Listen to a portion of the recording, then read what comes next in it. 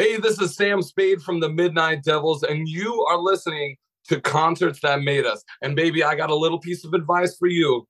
Never, ever, under any circumstances, never beg for it. You know, Sam Spade, I got something bigger for you. You're listening to Brian right now, Concerts That Made Us.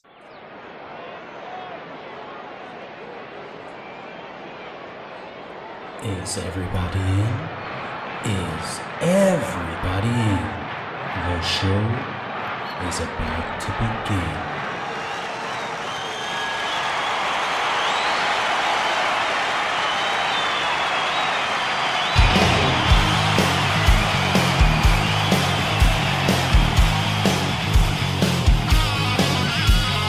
Welcome to the podcast, Concerts That Made Us. Interviews and stories, tales from the bus. We love taking you back to when it all went down. The greatest live shows and the cheering crowd sound. It's concerts, concerts that made us, concertsthatmadeus.com. On this episode, I'm joined by Sam Spade from the Midnight Devils. The Midnight Devils are a high-energy, glam slam, boogie-woogie rock and roll band. You won't find a more fun or exciting band on the scene at the moment. They consist of Sam Spade on bass and vocals, Sniper on guitar and Jimmy Mess on drums. They've toured with the likes of Enuff Z'nuff, Pretty Boy Floyd and the Quireboys. And we're about to hear all about it. So, without further ado, let's get on with the show.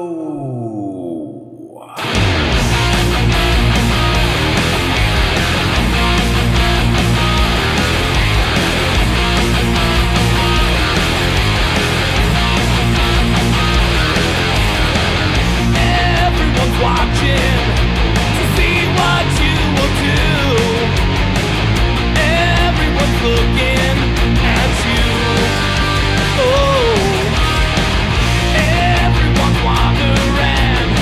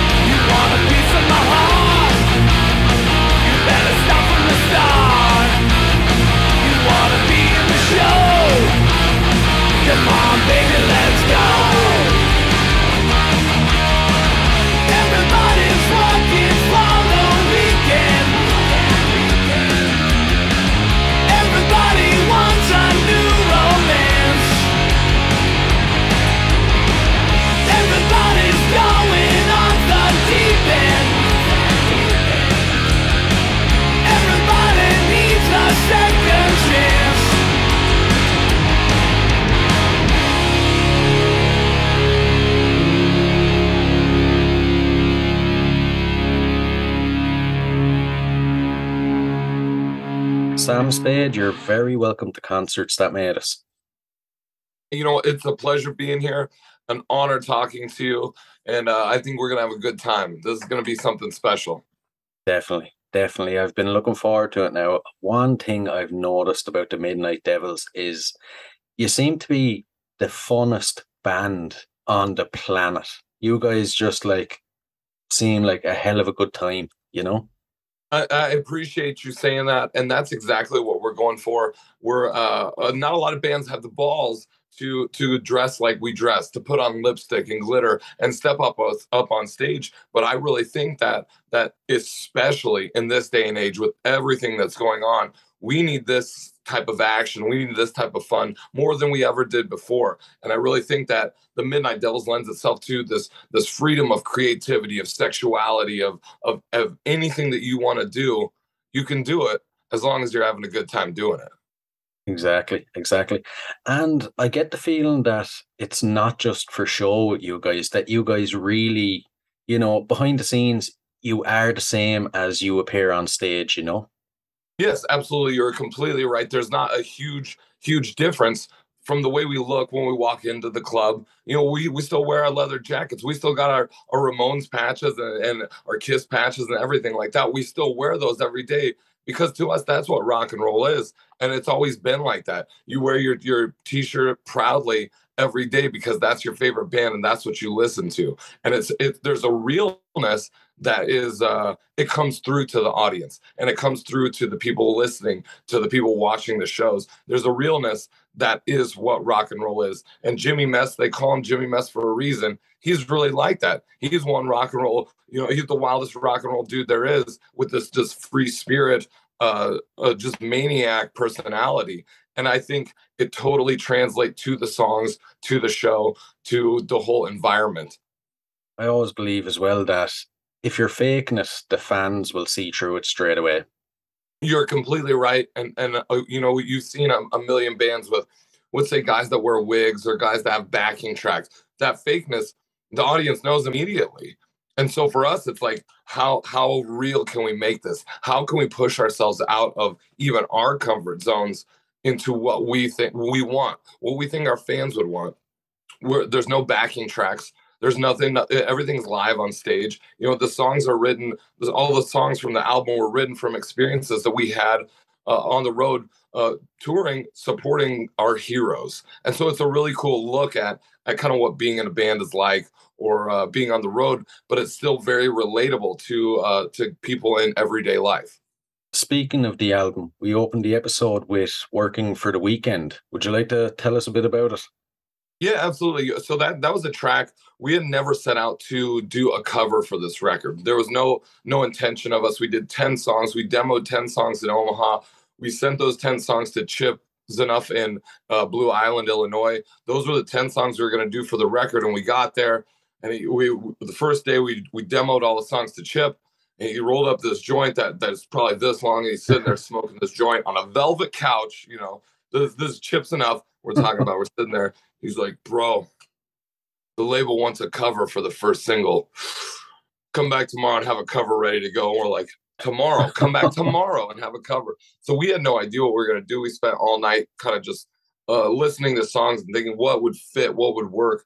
And we were driving around Chicago in our van, going to get the world famous Chicago hot dogs, and Working for the Weekend popped up on the radio randomly. And we're like, that's it. That's a sign. We got to do this song. And I think it works so well. The idea of Working for the Weekend, it was there. And then the concept for the video, kind of doing a parody of that, the SNL Chris Farley skit with our new mascot. We have like a Eddie, you know, from Iron Maiden. We have the Pink Bastard, and he makes an appearance in the video. He's going to be at our show this weekend. Like, he's become taken on a life of its own, and it's so cool and so unique, and nobody's done anything remotely close to it. Yeah, I agree 100%. If any of the listeners haven't seen the video for the song yet, they have to look it up. It's hilarious, and it was just as much fun shooting the video as it is as you think it would be. When you watch, you go, these guys must have been having a blast shooting this video. I'm telling you, we were. We played a show the night before, just a packed house show. And we got up the next day, everybody was tired and groggy, and we got to the video set. And as soon as we started doing our makeup, and the pink bastard was there with the devil horns, like we were just charged up and we were laughing the whole entire night. And I think it really comes through in the video. It definitely does. It definitely does. What was the recording process like for the record? Did you do it during the pandemic? Was it after the pandemic? Yeah, so what happened is that we landed this dream tour. We were opening for the Quireboys. We get a call from our management say, okay, you guys are going to open for the Quireboys for a month across the United States and Canada. We're like, this is it, man. We've made it. Like, we've made another level, another goal. And so we got on the tour. The tour was going great. We did 2 weeks, and the pandemic hit and shut everything down. And I go, well, this sucks, but we have to take this time to really, you got to seize the moment, seize this time, and do something productive and positive with all the negativity as the world shuts down. So we recorded all the songs. We demoed all the songs in Omaha at a small studio. We wrote all the songs in a basement at Sniper's basement, and then shipped those all off to Chicago. They got the songs there, and we drove. It's about 7 hours from Omaha to Chicago. We drove out to Chicago and did all the tracks, laid the tracks down at Chip's house over a week or so. We did the drums, the guitars. I went in and did the vocals. And the day that we recorded Highway 69, which is like another one of the singles that we put out, it's the single that everybody's talking about, is the day that there was a knock on the door. And Donnie V from Enuff Z'nuff, the original lead singer from Enuff Z'nuff, walks in the door. And I'm just like, starstruck, completely blown away, you know? And Donnie V's like sitting there going, play the song, bro. I want to hear it. And I was like, man, this is insane. I got Donnie V and Chip here, both listening to the song Highway 69. It was so surreal and so cool. I'd say so. Literally the stuff of dreams, huh? Yeah, absolutely. It makes me, I don't get starstruck. Well, I do get starstruck, but in a different way. I just shut up. Like, I don't say anything because I don't want to say something stupid or ruin the moment, you know? Yeah. So I just kind of sat there and I was like, okay, man, 16-year-old me would be kicking myself just thinking Donnie V and Chip's Enough here listening to the new single. Oh man. We'll jump back into your history a bit now to give the listeners a taste of where you came from. So you're from Nebraska. Some of the band are from Chicago. What, if you can, what was your earliest musical memory? My earliest musical memory started my listening to the music. You always listen to music your parents were listening to. And I was very fortunate enough to have parents that were cool and that kind of grew up during the 60s and the 70s that listen to great music. That being said, in the States and especially in our area in the Midwest, it's very it's like Midwest rock and roll. And coming out of Chicago, you know, because Chicago being so close, you got a lot of bands like REO Speedwagon, Bob Seger, all these great classic, Ted Nugent, these great classic rock bands. I remember listening to those on the FM radio, driving around the car and with my dad. He was also a huge Beach Boys fan, so I listened to a ton of the Beach Boys. I listened to Elvis, the king of rock and roll. You know, it was really the kind of the oldies, but it was a good lesson in where to start and where the music came from, and give you that background, that foundation to kind of build. And then it was Kiss. It was all Kiss downhill. Once I heard Detroit Rock City at the age of 16, I was like, I'm hooked. This is what I want to do. Now, how do I do it?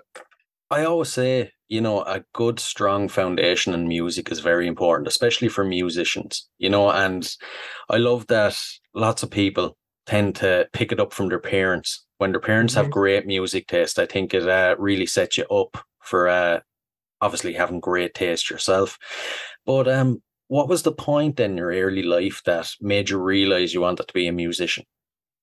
It was so my parents sent me to a private school. So it was a Christian school, and they would play this video. It was a video called Hell's Bells, and it was like a propaganda video teaching kids how, you know, listening to AC/DC, Highway to Hell, how it's a satanic thing. And if you play the records backwards, like you're going to get possessed by the devil, and you like all this iconography of all these symbols inside of the album covers. And it did the complete opposite for me, where I was intrigued and I'm like, this is cool. This is awesome. I need to know more about this. I'm just hooked. There's something about it. My buddy brought in Kiss Detroit Rock City, and I was like, I found what I've been looking for. And I was kind of an outcast kid. I was, searching for something, searching for my place. And finding Kiss kind of gave me that place. Then I realized that there's this whole world of rock and roll, this whole world of people that feel exactly the same way I do, that are looking for a place. And we have that place, and that's in music. So I just dived in head first, didn't even think about it. My parents bought me a guitar, and I was like, this is my ticket to kind of get out of Nebraska and to see the world and to meet girls and have a good time and go on the road and just be able to not have a real job. That was always the goal. Yeah, geez. And so you play bass in the Midnight Devils, but you started on guitar. When did the switch up happen? So when I was 20, I had joined a 80s hair metal tribute band, which at the age of 20 was the coolest thing ever. I'm on the road. We're traveling in a tour bus. We're getting paid every night. We were partying our asses off. 20 years old. I'm like, this is the best. How can it get any better? I was stage managing for them. And so I did that for a lot of years while still holding on to my own bands and touring with my own bands. And then one show came up for this band, and they go, oh, the bass player can't make it. Could you learn all the songs and fill in on bass? And I was like, I'm not going to fill in. I'm taking over this guy's position. Like, if he's going to make himself replaceable, I'm going to come in and I'm going to be so much better than him. And I'm going to do this better, bigger. It's going to be incredible. And that's how the switch was. So I just sat in a basement on a couch and learned, like, woodshed, learned all the songs, taught myself how to play the bass. I knew the guitar enough to figure out how to play the bass. And it just made sense to me. Mathematically in my head, I'm like, I get this, I understand this, and I really enjoy this. There was that turning point. It kind of never looked back from there. That was the band that you met Sniper in as well, was it? Yeah. So Sniper and I became best friends in that band. It was the first gig he played. He was a fill-in guy too. And they called him in, and we got along from the very first day. And we've been together 15 years playing music together. And it's an incredible friendship that we have. And we get along so well on the road. Like anybody, they say it's like being married, and that's exactly what it is. But Sniper and I get along, and we complement each other. We aren't the same. We're very different, but it complements so well. And Jimmy's kind of that glue that holds it all together. I like that you say it complements each other, because you can really tell, with his guitar playing, your lyrics, they just mesh together so well. It's like, I suppose, maybe like Lennon and McCartney, the way they complemented each other. You just, you work so well together. And I think that is exactly a thought that runs through my mind all the time. As the greatest songwriting duo, you always think, okay, there's a guitar player, there's a singer. And as a songwriter, I go, well, I want to be the songwriter, right? I want my name to be the only one on the song. But I realized that the songs that we write together, that we collaborate on, are so much better than the songs that I write by myself or that he writes by himself. So it's really that complimenting and lifting each other up that makes such a strong band and such a strong song. What way do you guys approach it then? Do you, set out a date, you come together, go into a room and just hack away at it, or do you work at it on your own? That's exactly what happens. So I'll be like, okay, dude, I got this idea. Here's 3 chords, and I got a hook, a chorus. What do you think? And it's 3 chords, G, C, D, and I can play the G, C, D. And he comes in, he's like, this really cool riff. I'm like, well, that was much better than I had ever anticipated it being. Thank you. And he'll do the same thing. He'll come in with this riff. And it was like Highway 69 was one of them, the single Highway 69. He comes in with this riff, and I'm like, I have no idea how I'm going to write for this. I have no idea. Like, it's our styles are so different. So I'll record it on my phone, and I'll just sit here and listen over and over and just work my mind, work my brain till we figured something out, and it's worked so far so good. Yeah, geez. And back to the 80s tribute band then. How did that turn into the Midnight Devils? So we had been doing a lot of shows with that band. And as any tribute band can attest to, like, you kind of plateau out. There's really no, you want to be the biggest you can be, but there's really only so much room, for bands like that, because there's no there's no more creativity. I feel like you can move parallel, but you can't really move up. And so with that band, we weren't doing as many shows as Sniper and I wanted to be doing. So we decided, let's do a 2-man acoustic band called The Midnight Devils. We had an album called Midnight Devils. Let's just add the in front of it. I got this cool little devil, and we'll just go The Midnight Devils, like The Who, the Rolling Stones. That's really all it was. And we did 2-man acoustic band, but with full makeup and full hair, playing small town bars. And let me tell you, it was like a shock to the system seeing 2 guys walk in with hair up to the sky, lipstick on, with this white makeup. But coming in, and we kind of played a lot of the covers, the Poison, the Motley Crue, the Def Leppard, all this stuff. And it worked, though. It was cool. And it put us back out on the road. And eventually we got to the point where we were like, okay, we need a drummer. And that we had a drummer for a little while. Then we had met Jimmy Mess, and we called him up. He's like, I'd love to do it. I'd love to do the tour. It's just started. He was going to do a tour with us down to this festival called Rocklahoma, this huge festival, 50,000 people.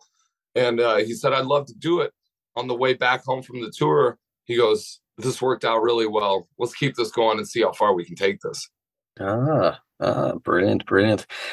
One thing stuck out at me there. You said you were playing small towns, and you had all the makeup on. Yeah. How were people reacting? Because I know over here, at least, small towns, villages can be very closed-minded, and you wouldn't necessarily get a great reaction if you walked in wearing some outrageous, stuff.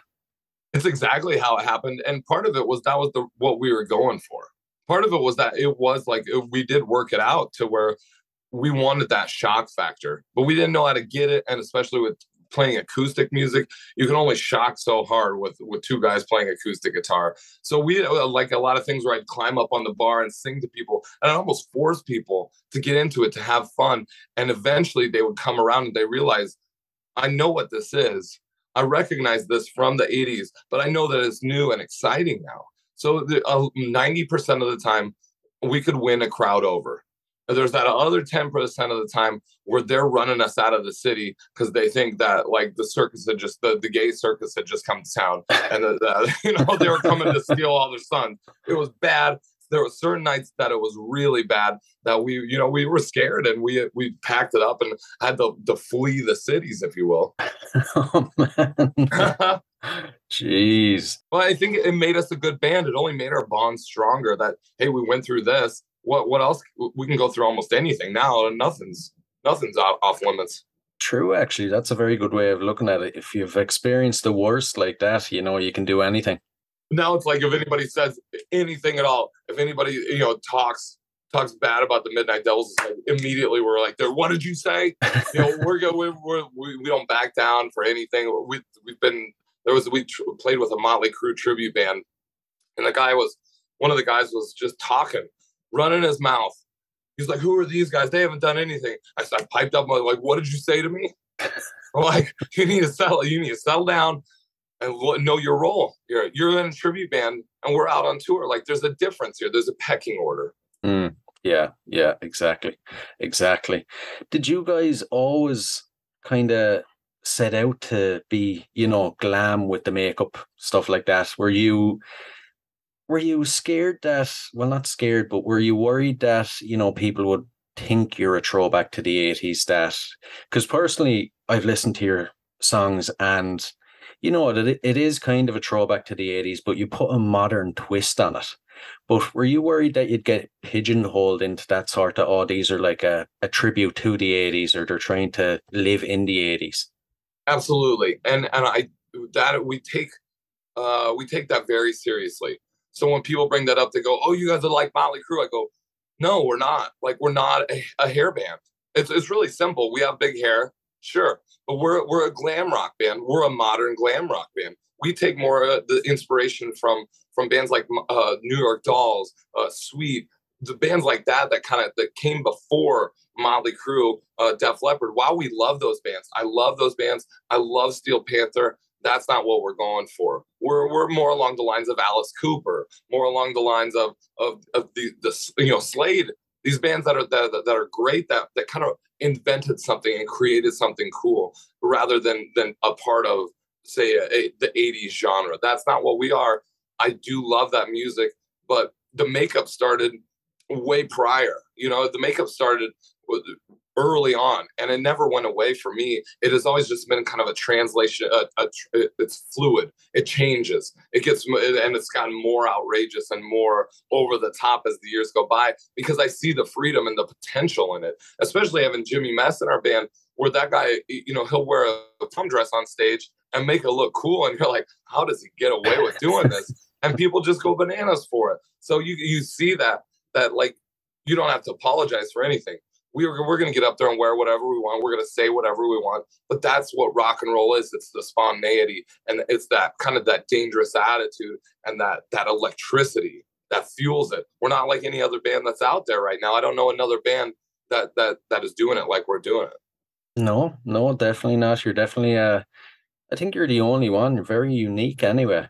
But I suppose people are probably shouting at whatever device they're listening to this on now, but I have to ask, your pre-show routine, does it take hours for you guys to get ready for a show?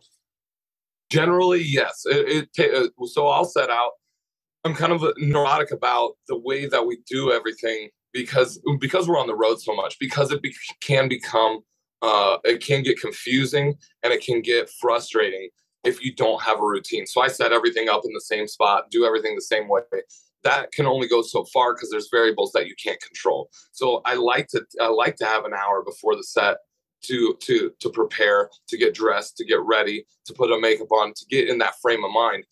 But there's a lot of the time where you have 15 minutes or you have 5 minutes to get ready, and you got to go as fast as you possibly can and just shut up and do it, because you got to go. Like, we just did Rock Fest out there in Wisconsin, this huge festival, and we were the first band on. We showed up, we did our sound check, and the guy's like, okay, you got 30 minutes before you're on.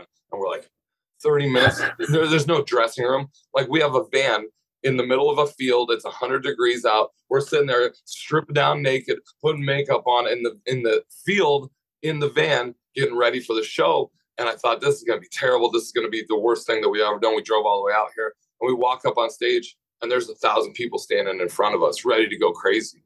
I go, that makes it worth it every time. Every time.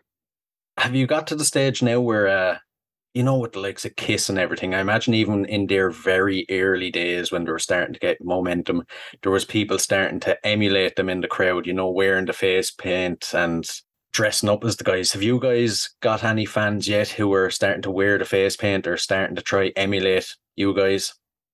Absolutely. And I think it's the biggest compliment ever. And what I do when I see it is I go, these guys are starting to, or these people are starting to feel the freedom that we're feeling. They go, you don't have to be scared to wear whatever you want to wear, especially at a Midnight Devil show. We encourage it. Be as wild as you want. Wear the dress. I don't care. I love it. I love when people express that freedom, and especially that rock and roll freedom. Last week we played out at another big festival, and I look down in the crowd, and there's all these little kids that are wearing, they dyed their hair pink and green, like each side of their hair pink and green, right? And they colored their shoes pink and green. And they gave me like a little thing that said, thank you, Sam, for coming to this festival. And I was just like, this is awesome. This is why we do this, why we suffer for our art. It's for these kids and for these fans. And that's the biggest compliment you could ever get. Yeah, definitely. That on its own makes everything worth it. Mm-hmm. And I have an interesting one for you now. As a concert goer yourself, what concerts would you say have made you? And I'm trying to think. Okay, so the last one that I saw was a band called Avatar. Okay, and Avatar is, I don't know if you know, it's the Swedish band, but very theatrical rock band. And what made it for me is the way that the singer could control the crowd, and the way that the singer, it was almost like this Freddie Mercury presence on stage, but a very modern metal sound. But the way that the crowd hung on every word that he said and every hand movement, he didn't have to do anything, and the crowd was going crazy. That spoke volumes to me. It's kind of the same with Ghost, where it's this mystique and this theatric and this feeling of, I don't know who these guys are, but I love it. Like, I've never even seen their faces, and I still love it. And it's terrifying and it's exciting.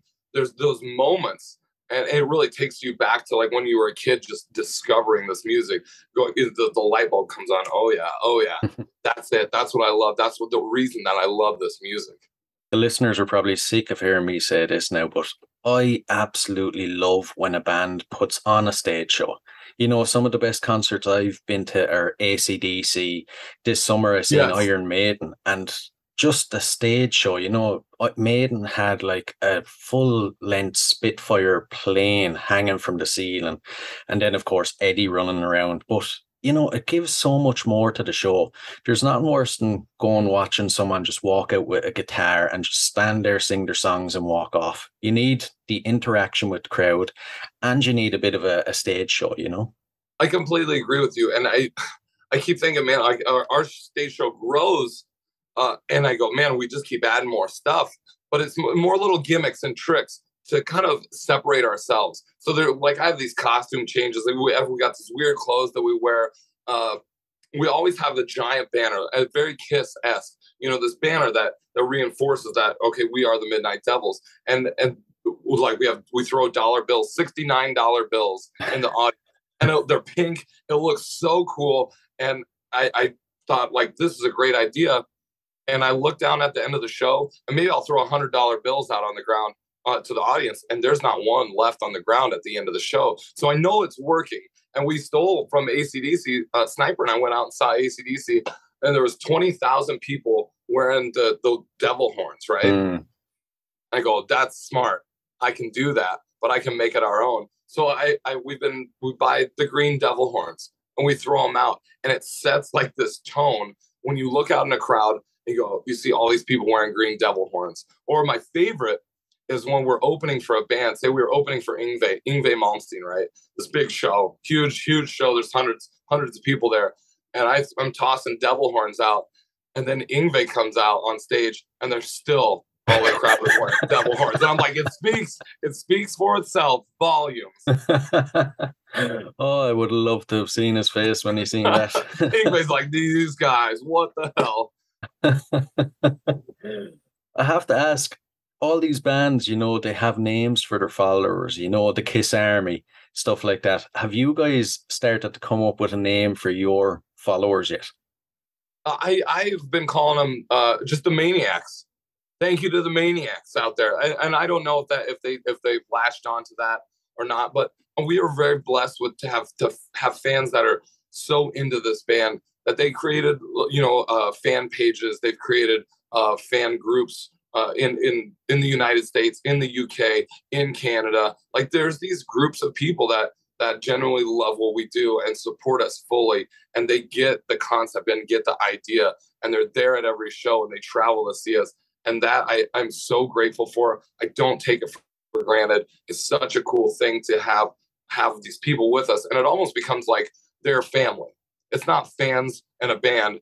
It's that we're all family. We're all in this thing for the same reason. And I think that comes from our punk rock background, where you take that stage away and we're all just standing on the same floor, and we're all there for a good time.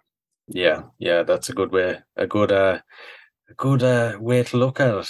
And we'll talk about your personal concerts that you've played.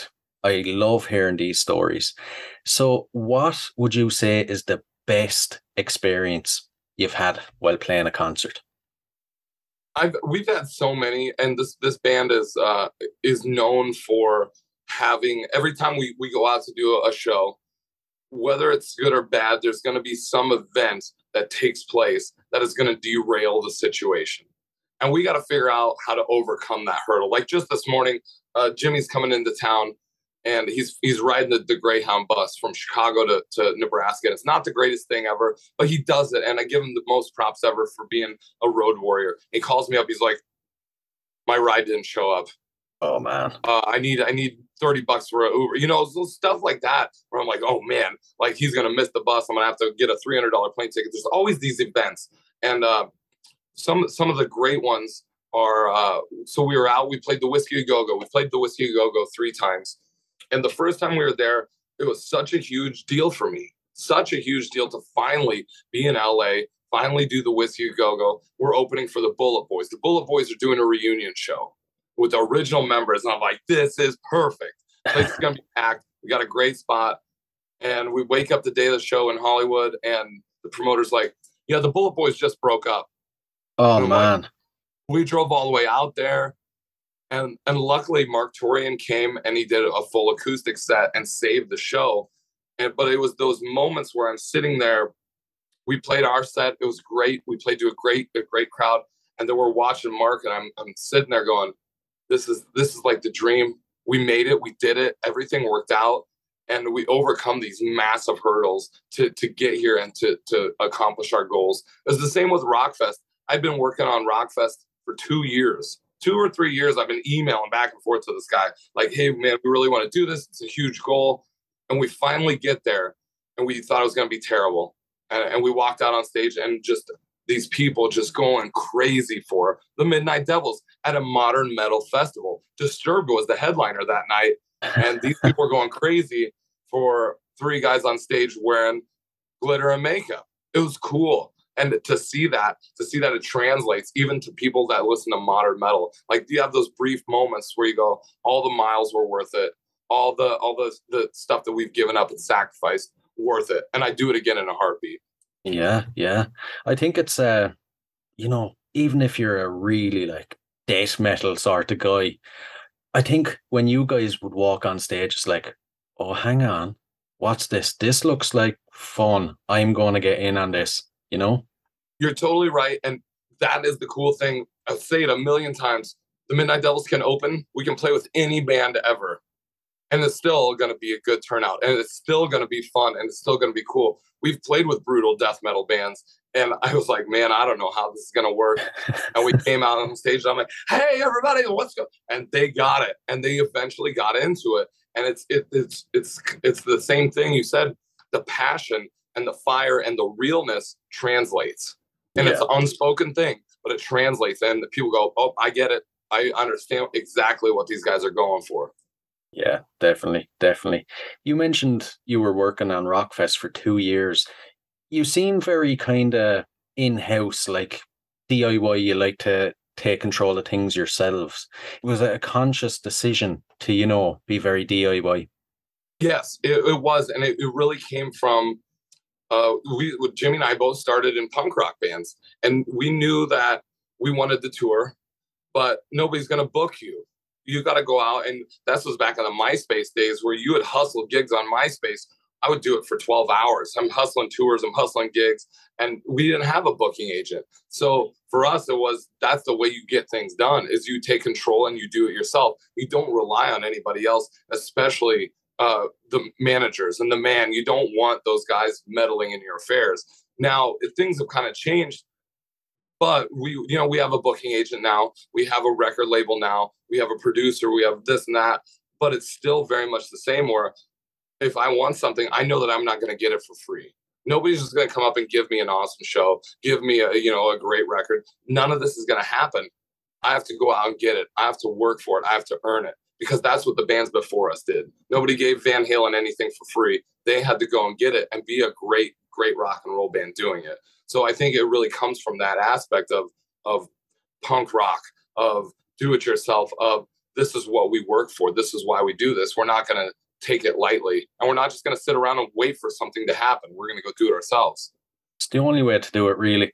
But we've had the best experience. We'll flip it around now. What would you say is the worst experience you've had on tour?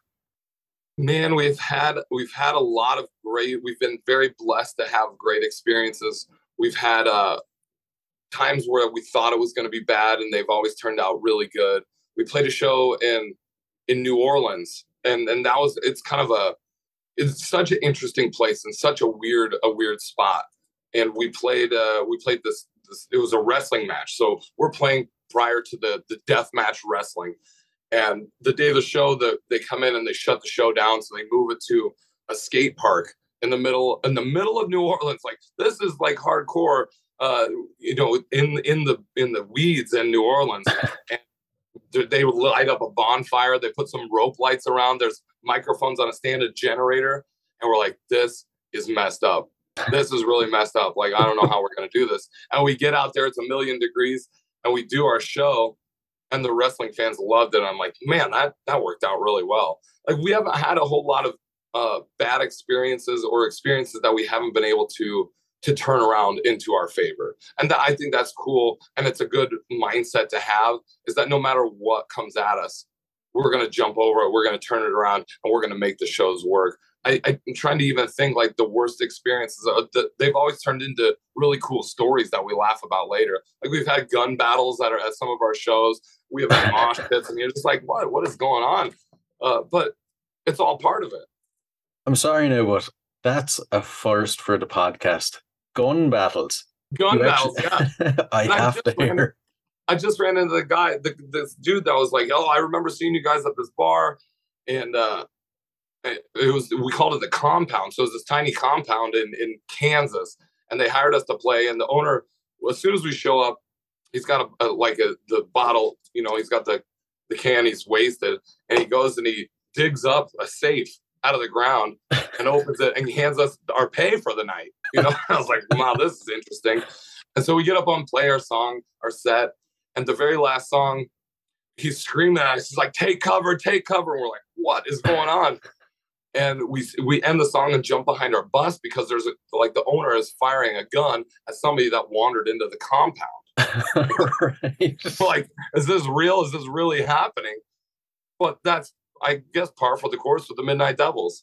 It makes sense for us. I wouldn't expect anything less. I was just going to say, I bet you Kiss and all those guys can't say there was gun battles at one of their gigs. Nobody was hurt, so it all worked out fine. And we ended the show and got paid, so it was fine. We never went back again, but... Really? Would you not go back again? No. Oh, man. I think that gets some sort of award for the craziest or the worst experience ever. It was, and you felt helpless in the moment because you had no idea what to do. But Sniper and Jimmy, they're U.S. war veterans, so they didn't care. They didn't even think anything of it. They took cover with us, but they're like, nah, they're just shooting at each other. Not a big deal. And I was like, shooting at each other on a Friday? It's Friday night. There's just a couple guys having a gun battle on Friday night. Yeah. Oh my God. And you mentioned earlier you were on tour with the Quireboys. That must have been you started to think things are turning around. We're starting to really make it here. This is the pinnacle. What was it like being on tour with those guys? I got two good stories for this. All right. So being on, we've done 2 tours with the Quireboys. The first tour we did was pre-COVID with Spike. And that was the turning point for us. That was our first big national tour, our first big tour with a big band. And I grew up listening or watching the Hard and Heavy cassette tapes where the Quireboys played at Castle Donington, right? And next thing you know, I'm standing in Salt Lake City shaking hands with Spike and meeting Bam Bam from the Quireboys. And I'm like, these are my heroes, and we're going to be on tour with these guys, right? So cool. Then COVID happened. The tour, ended. It ended abruptly, and we all got sent home. But we remained friends with them. Then they come back to the States earlier this year. But Spike has been, let go. Whatever happened there, yeah. And I thought, how is this going to even work? This is going to be terrible. Guy Griffin steps up to the plate and is one of the good frontman. He's a great frontman. He led the band. I go, man, I almost like the songs just as much, if not more, with Guy Griffin singing. It was so cool, and he was so nice, and we all rode in a van together across the entire country for 2 weeks, right? It gives you time to meet these people and become friends with them. And so we became friends, really tight friends, and I tell everybody, it was the funnest tour that we had ever been on. So we get all the way to 2 weeks in, we get all the way to LA to the Whiskey. And the Whiskey is notorious for pay to play. You have to pay to get a good spot at the Whiskey. But I thought, while we're on the tour, they got to put us right next to the Quireboys. We've been on tour with them for 2 weeks, and they put us on first at 6 o'clock. And, they put us on at 6:05. The doors are at 6, and I lost it. I was mad, beyond mad. I go, how dare they? How could anybody do that? And I just wanted somebody to stand up for us. Somebody like our headlining act to stand up for us. And the Quireboys went above and beyond. They wrote a letter to the Whiskey. They said, you can't treat these guys like this. It's just they've worked their asses off for us for the last 2 weeks. And so knowing that the Quireboys had our backs, stood up for us, I'm fine with playing at 6:05. If I got the endorsement from the Quireboys, I know that they're in my corner. It was totally fine after that. You know, we had the name on the marquee and everything. Everything worked out fine. But just knowing that they wrote a letter to the guy at the Whiskey, say, you can't treat the Midnight Devils like this. This is our band. It was so cool. A dream come true. Yeah, exactly. It just goes to show what they're like as people, you know, behind all the rock star sort of stuff. But I love that you mentioned the Whiskey. You know, for me, that's like, over here, it's like Mecca. You know, all the greatest bands going back to the 60s have played there. I always say, whenever I get to the States, that's one of the first places I'm going to go. I don't care who's playing, just as long as I'm at the Whiskey, I'll be happy. But what was it actually like, you know, going in there, being backstage, seeing all the names on the wall, stuff like that? It was exactly what you thought it would be. It is the Mecca. It is the rock and roll capital of the world. I mean, of our kind of universe. It is the greatest rock and roll club in the greatest city on the greatest street. And we've done it now. We've played 3 times. We're going to go back in September, opening for Pretty Boy Floyd. But it's the first time I was nervous as hell, right? And I didn't want to mess it up. I didn't want to do anything stupid. And you kind of take it in and you're kind of acclimating to the California way of doing things. The second time we walk in, they recognized us, and I go, are you kidding me? They're recognizing us at the Whiskey? Like, the Midnight Devils are here. Great. I was like, this is awesome. Same with the Rainbow, though. So what you do is you play the show at the Whiskey, good or bad, whatever happens, but you're there to have your name overlooking Sunset Strip. That's what you're there for. And you play the show, and everybody hangs out on the street. And they walk up and down the street, people driving down, and you meet the who's who, what everybody out there talking. And then you go up to the Rainbow and you party at the Rainbow till it closes. That's just the thing that you do. The first time in, I was nervous. We saw Lemmy, we took pictures and everything. The second time in, we walk up to the Rainbow and the guy's like, yeah, come on in. It's good to see you guys. And I was like, oh man, whoa, like, and we had full makeup on, right? So he recognized us because of the makeup. And it just becomes more of a party every time. And you start seeing people that you recognize and the LA people and that California experience. It's exactly, it goes back to, you know, growing up on the Beach Boys and talking about that California dream. That it was like, we've done it. We've been there and we love it. And it's so much fun. I completely agree with you. You got to experience it. And just to be there, you can feel the energy in the walls, in the presence. And we, like with the Quireboys especially, we walked upstairs to the Whiskey, to the backstage. And there was people flowing out of the Quireboys dressing room. I'm like, what is going on here? They're going on stage in 15 minutes. They got a full-blown party going on with like 100 people in their dressing room. And they're just drinking, having a blast. I'm like, these guys know how to rock and roll. This is great. Oh, definitely sounds like it anyway. And before we move on to the last couple of questions, I have to ask, what's on the calendar for the rest of the year? Yes, so we kind of finished up our summer run this weekend. The new album came out, so we're doing a bunch of festival shows. We're doing a bunch of album release parties. So we play in our hometown of Omaha, Nebraska tomorrow. Then we go to St. Louis, Missouri, do a show down there. Then we take a little time off to regroup. And we go to the we make our big return to Rocklahoma beginning of September. It's Labor Day, this huge festival, just like it's our home. It's our rock and roll summer camp for 3 days. We do that. Then we go back to LA with Pretty Boy Floyd. We do LA and then Vegas, which we haven't had a good show in Vegas yet. We played there a bunch of times, and I'm hoping that this one is going to be the one. Sin City, we need it beginning of end of September. Then we launch into the second leg of the Glam Slam Metal Jam tour with Enuff Z'nuff and Pretty Boy Floyd. And that goes through Texas and into Florida and then Atlanta in October. And then we're doing the UK European tour with Enuff Z'nuff coming in November. Oh man, I am so glad you finished with that, because I was just thinking to myself, as soon as he stops now, I'm going to ask, how long do European fans have to wait to see you guys? That's brilliant. Hopefully not long. We're working our asses off, and that is my number one goal on the radar ever since I was a kid is how do I get overseas? How do we get this band out of the country? And now we have that opportunity. And we went through all the dates last night looking, okay, we're going to be, we start here and we start in Italy for 3 days. And then we make our way to the UK and do the UK, do Ireland, and then Spain. And there's a whole bunch of stuff. But I'm just excited. I'm excited for the opportunity to even have it on the plate and to be thinking about it, talking about it. I think it's such a cool thing and such a dream come true. Yeah, definitely. It doesn't get much better than that. I know for a fact, as soon as tickets go on sale, I'll be first in the queue, just to see you guys. Do you think we will run into the same problems that we run into in the States? 3 guys wearing dresses and wearing makeup, walking around the streets of England. Do you think we'll be all right? I think you might get a couple of odd looks, but for the most part, I think you'll be okay.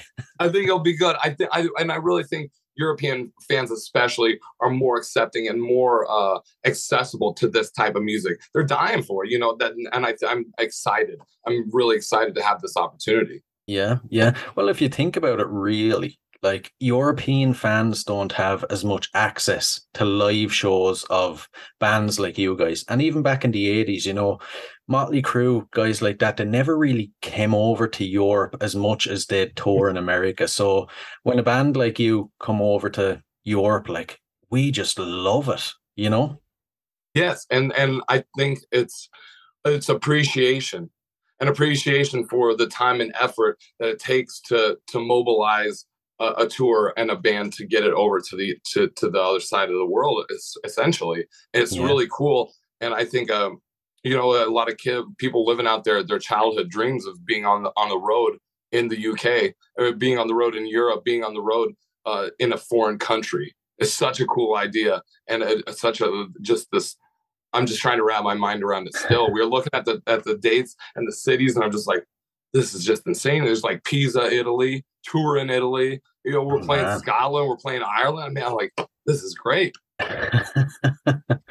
I've always wondered how you guys over in the States, view Europe and the UK especially, because I know bands over here, it's all from the minute they start, it's like, we have to get to the States. We'll make it in the States. I've always wondered how you guys view over here.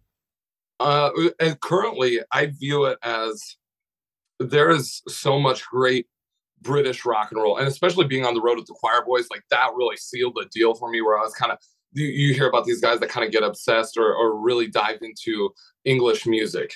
And, the home of the Rolling Stones, the Faces, a Thin Lizzy, all these bands. And so when we were on the road with the Quireboys, I was nervous. I'm like, what are these guys going to want to listen to in the van? And we started busting out UFO. We started busting out Deep Purple. We started, all these great British bands.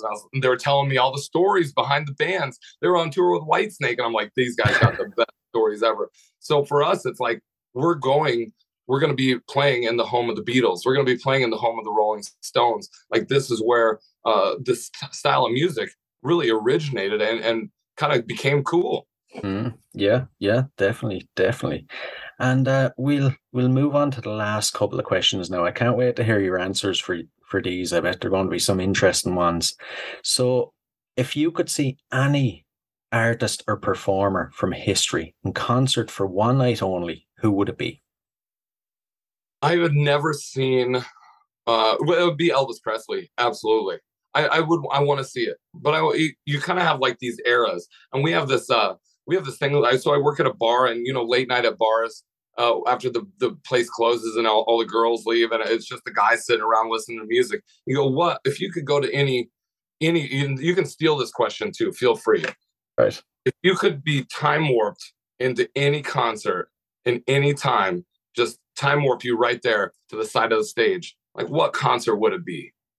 Such a good question. You think would it be Altamont? Would it be Woodstock? Would it be the big ones in London, Hyde Park? The Queen show. It's just so many cool things. So mine would be absolutely Elvis Presley. It'd be Queen back in the day. I never saw. I'm too young to have seen Queen, but see bands where the guys had this profound influence and this majesty. I love that. I've seen Kiss a bunch of times, but I never saw Kiss in their prime. the band that I love, I never saw them when they were young and hungry. I've only seen them when they were kind of rich rock stars established. I would love to see a young AC/DC just still out hungry playing clubs. Yeah, actually. I think it would be so cool, just transported into that little spot for that brief time. Yeah, definitely. I have to say though, I was for anyone listening now, you're wearing a pretty cool Elvis top, but I was a bit surprised you said you'd love to see Elvis. I wouldn't have thought, a pure rock guy would have wanted to see Elvis. For some reason, it appealed to me from when I was a little kid, the king of rock and roll, the beginning and the end, and that history. I'm just intrigued by the history. So going into Memphis, like, where did that sound come from? Where did Elvis kind of get a start? How did he shape the landscape of rock and roll the way he did? The Delta blues, all that stuff coming up out of the South was just so different and so cool. And then Elvis kind of took what was happening, and he was able to, through the help of his management and everything, was able to package it to a mass audience. And that really tripped something in me. Like, there was enough backing there to turn this into just a phenomenon and a rock and roll. It changed everything. It was those guys, Elvis Presley, Jerry Lee Lewis, just who was it? James Brown, and all those guys that were just coming up, working their way through the South, and grew up on blues and grew up on all this soul and this gospel. That's where our style, our rock and roll came from. Yeah. I often say myself, I'd love to go back to, maybe the 50s, 60s, and the 70s, just to watch that, Elvis especially, but just to watch that music evolve. Yes, absolutely. And it was exciting. It was an exciting time. And I think we're kind of finding ourselves in that exciting time now. The Renaissance, almost, if you'd say, after COVID happened, after the lockdown, we're coming out now, and everybody had their time to be creative and to be artistic. And now all that art is being released on the world. I really think that this is one of those times where people will look back and be like, what happened after COVID? It was this period of great resurgence in the arts and great freedom, great creativity. Yeah. I haven't heard it put like that now before, but it's actually a perfect description. The next one then, if you could be locked in a room for 24 hours with any artist from history, who would it be? I would say I would love to be in a room with David Lee Roth from like back in 81 or something like that, in 19, but I don't know if we could handle 24 hours together. Maybe an hour together would be great. Well, guys like that, or Ace Frehley from Kiss.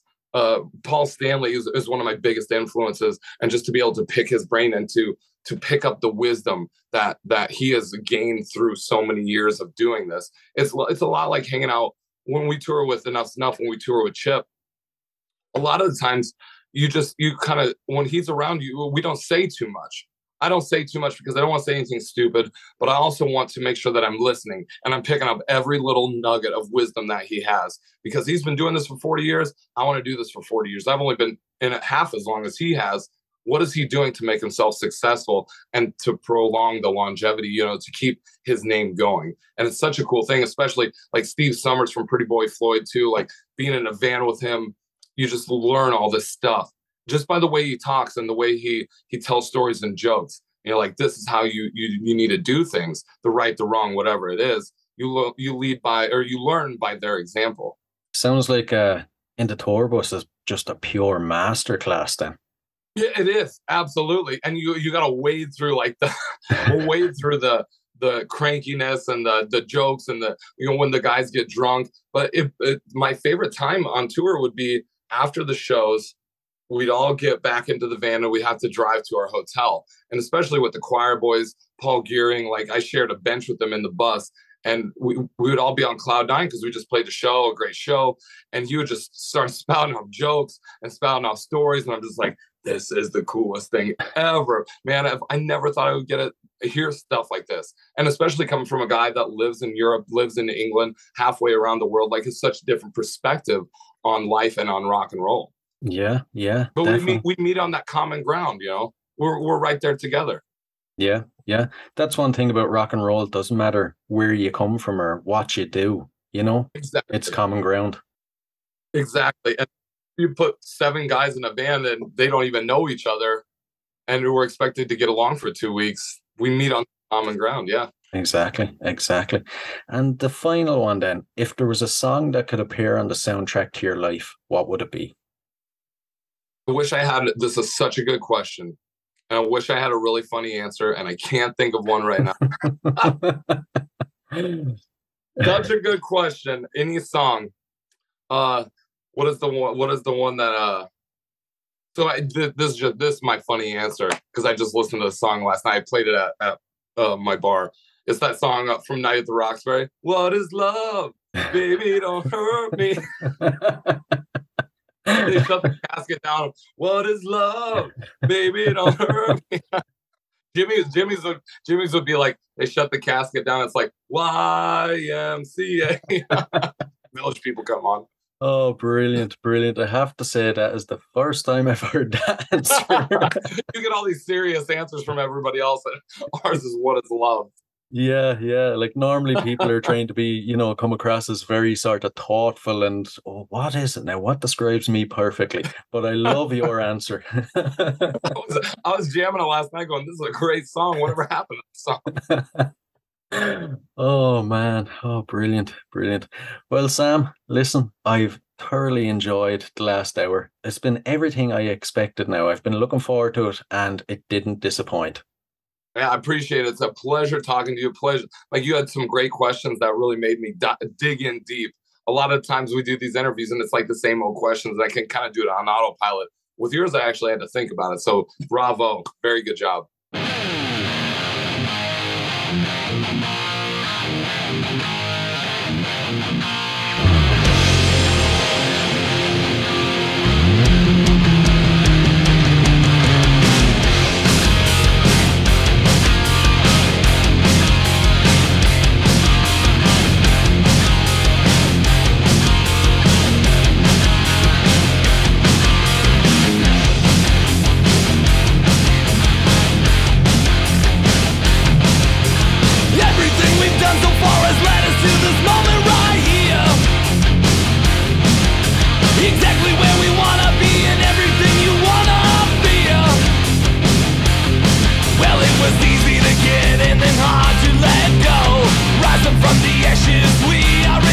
Ain't looking back while your city burns. You gotta let that motherfucker burn.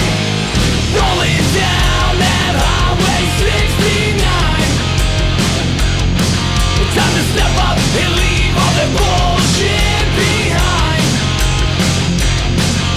She's our heel, so just shut up and drive. Keep me coming back for more on that highway 69.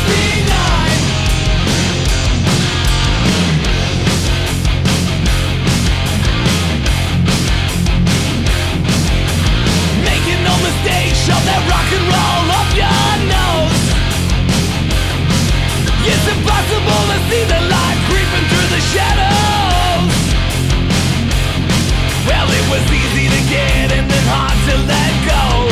Rising from the ashes, we are indestructible. Ain't looking back while your mountains fall. The fucking harder they fall, the fucking harder they fall. Rolling down that highway 69. Time to step up and leave all that bullshit behind. She's our heel, so just shut up and drive. Keep me coming back for more on that highway 69.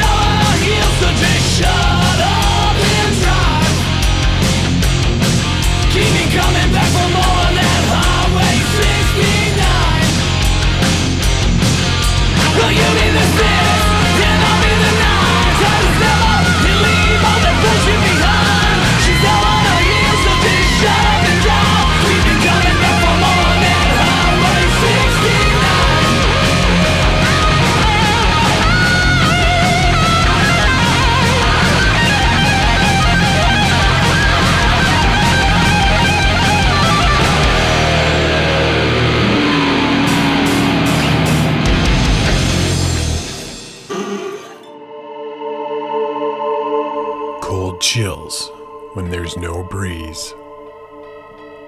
Sounds you can't explain. Foreboding feelings of dread. Sheer horror. This is Haunting Abaddon, an original podcast from Epilid Media featuring stories of the paranormal, demonic possessions, poltergeists and hauntings, and all things that will scare the hell out of you.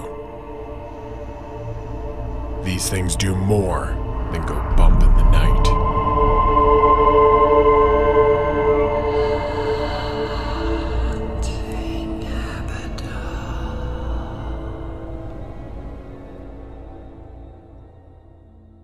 Hey guys, I really hope you enjoyed this episode. I for one surely did. Now, if you enjoyed this episode, be sure to rate and review us on iTunes. Your 5-star review will be read out on the show. And don't forget, you can now rate us on Spotify. You can find and follow us on all social media at Concerts That Made Us Podcast. And don't forget to check out the website at www.concertsthatmadeus.com. And if you'd like to support the show, you can do so by signing up at patreon.com/Concerts That Made Us. So, until next time, keep rocking.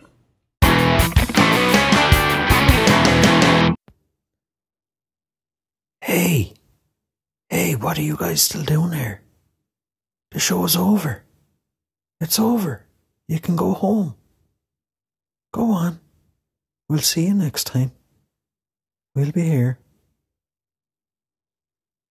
Bye.